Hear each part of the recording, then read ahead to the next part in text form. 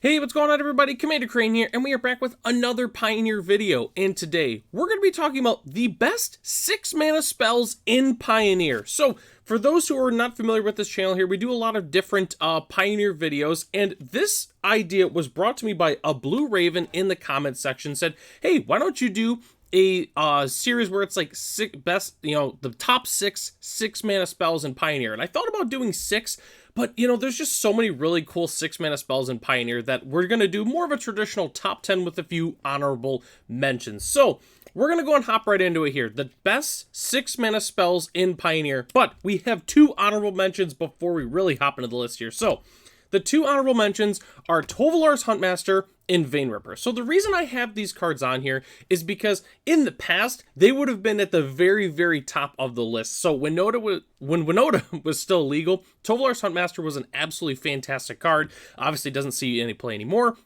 But man, Tovolar's Huntmaster coming in like turn 3 was just absolutely disgusting in Pioneer. And it was very, very hard to beat for quite some time. And then obviously Winota got banned. And then similar to with Vaneripper, Sorin was recently banned. But Vaneripper was everywhere. Rakdos Vampires, it was like the best deck in the format. And it was really, really hard to get rid of Vaneripper. So I wanted to include this in the honorable mention because they definitely would have been at the very near top if the cards that made them really, really good hadn't been banned. So let's go and hop into here. Okay, so number 10, this is going to be a little bit of a biased pick, obviously, but I have Carnage Tyrant. So, Carnage Tyrant, I've always really loved this card. It's one of my favorite cards. In Pioneer, though, it doesn't see as much play as I definitely thought it would when the format kind of first started, but I really do think that Carnage Tyrant still has a lot of potential in this format. And the reason I say that is because of how efficient a lot of the removal has gotten in recent years. And having Hexproof is fantastic. Like Ward, obviously, like Ward 3, Ward 4 is really, really hard to get through. But you get to 5 mana, you're able to use your Shoot the Sheriff or your Doomblade effect, and then you pay the ward cost. Whereas Carnage Tyrant doesn't let you target it at all. There's no targeting with this card. Obviously, that can't be countered. It's fantastic against control decks. And then the trample makes it really, really hard to chump block. And it's just a really, really big body. So Carnage Tyrant's at number 10, mostly because of the potential that it definitely still has in Pioneer. So number 9, I have Vorinclex Monstrous Raider. So this is not a card that sees a lot of play in the Pioneer format, but the decks that do play Vorinclex are really, really good. And they love Vorinclex. Specifically, if you play Vorinclex and then you play any Planeswalker, twice that many loyalty counters are put on the Planeswalker, and most of the time, you can just immediately emblem it, which is absolutely fantastic. I think part of the reason it doesn't see as much play in Pioneer is because of the price tag it does hold, at least in regards to the Commander format, but this card is really, really good. So huge fan of Vorinclex. I'd love to see it see a little bit more play in the very near future, and I really think it can. So that's why I've got Vorinclex at number 9. All right, number 8, I have Chandra Hope's Beacon, which this card is it's fantastic. I feel like I've been saying that a lot already, but this card is really, really good. Mostly just sees play in Lotus combo as a really good way to, cast really any problematic spell. Obviously, if you need like another one of the untap effects, you can do the Hidden Strings.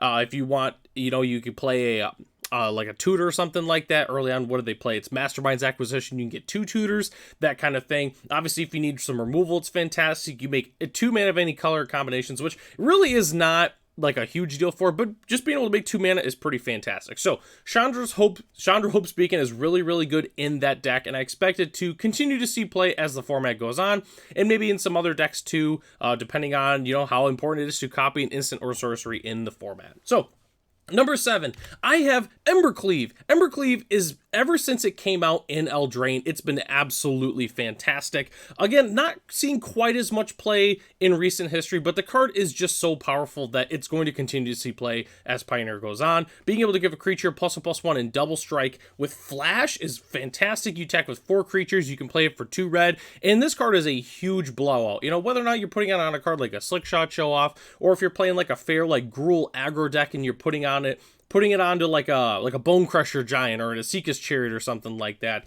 Embercleave is just really, really good. So that's why I've got it at number 7, because the card is awesome. Probably, I would say, the best equipment for the most part in Pioneer. So, number 6, I have Bolas's Citadel. Again, kind of a reoccurring theme here. Cards that aren't seeing a ton of active play just because of where the format is currently, especially in regards to 6-drops, but extremely powerful cards nonetheless that have a lot of potential in the future. Bolas's Citadel's always been really, really good in the Golgari and the Jund Sacrifice decks, just because obviously sacrifice 10 land permanents.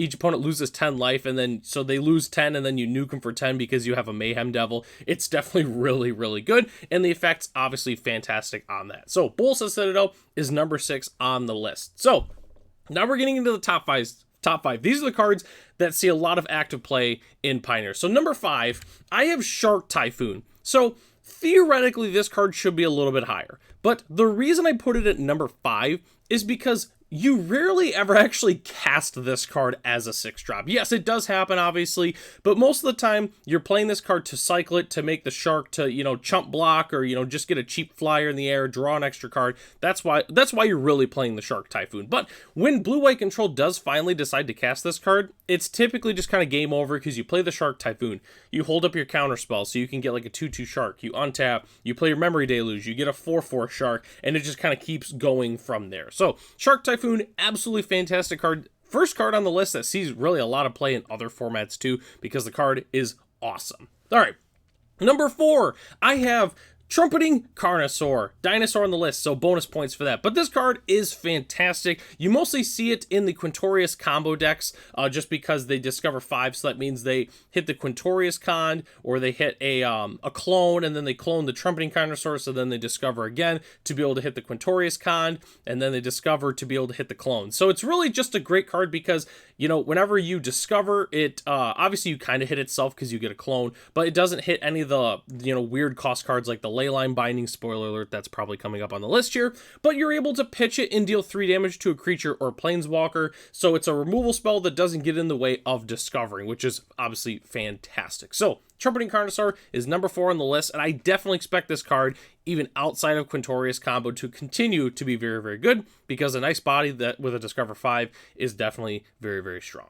All right, number 3, I have, and this might be a little bit of a surprise to some people, is Torrential Gearhulk. I still think this card is extremely underrated in the Pioneer format, and it sees a lot of play in Izzet Creativity, and man, this card is hard to beat. When you Creativity into the Torrential Gearhulk and you get some value from it, for those who don't know, Izzet Creativity is kind of like a blue-red control deck, but you're able to cheat out your Gearhulk extremely easily, and it's definitely fantastic. Like, Torrential Gearhulk in that deck is the best card. It's so strong, and then being able to flash something back without paying any mana is just a really, really powerful effect. So, Torrential Gearhulk, number 3 on the list. All right, top 2. Number 2, as hinted at earlier, is Leyline Binding. This card is definitely I'd say it's the most played card on the entire list. Leyline Binding, 6 mana. It's a really, really nice flash Oblivion Ring, but it costs 1 less for each basic land type among lands you control. So essentially, you're paying 1 to 2 mana to be able to exile something from this. Sees play in a number of different decks. In the 5-color domain decks,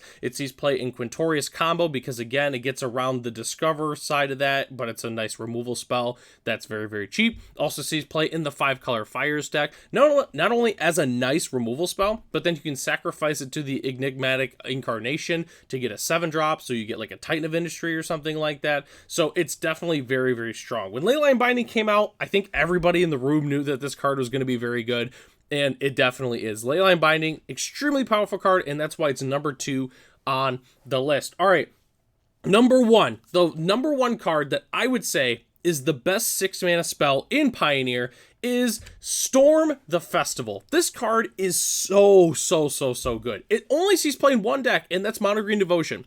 But it is definitely the best card in the entire deck. Look at the top 5 cards of your library. You may put up to 2 permanent cards with mana value 5 or less from among them onto the battlefield, and the rest on the bottom of your library, and then you can flash it back, which is great because you can grab cards like Cavalier of Thorns, you can grab Kiora, you can grab Nykthos with it, because it's just permanents, it's not non-land permanents. So you can grab literally anything in the entire deck unless they play like the one of Spicy Cityscape Leveler. But the card is just that good. It's the main engine for Mono Green to make it the deck that it is. You play the first side, and then you tap your Nykthos, you make a bunch of mana because you have Old Growth Troll and Kiora and Cavalier of Thorns, and then you flash back again to get even more value from it. The card is fantastic. I would say it's the best card in the entire Mono Green Devotion deck, and that's why I've got Storm the Festival at number 1 here on the list. So that takes us to the end of the video here. Thanks so much for watching, especially if you made it this far. Huge shout out to our channel members, Ralph, Matt, Arcadius, Ray, Gary, and Sarwanoki. If you are new to this channel, you definitely should check out other videos here on the channel. We do a lot of Pioneer content, so you definitely should check that out. So I'm Commander Crane. Thanks for watching this video, and I hope to catch you in the next one.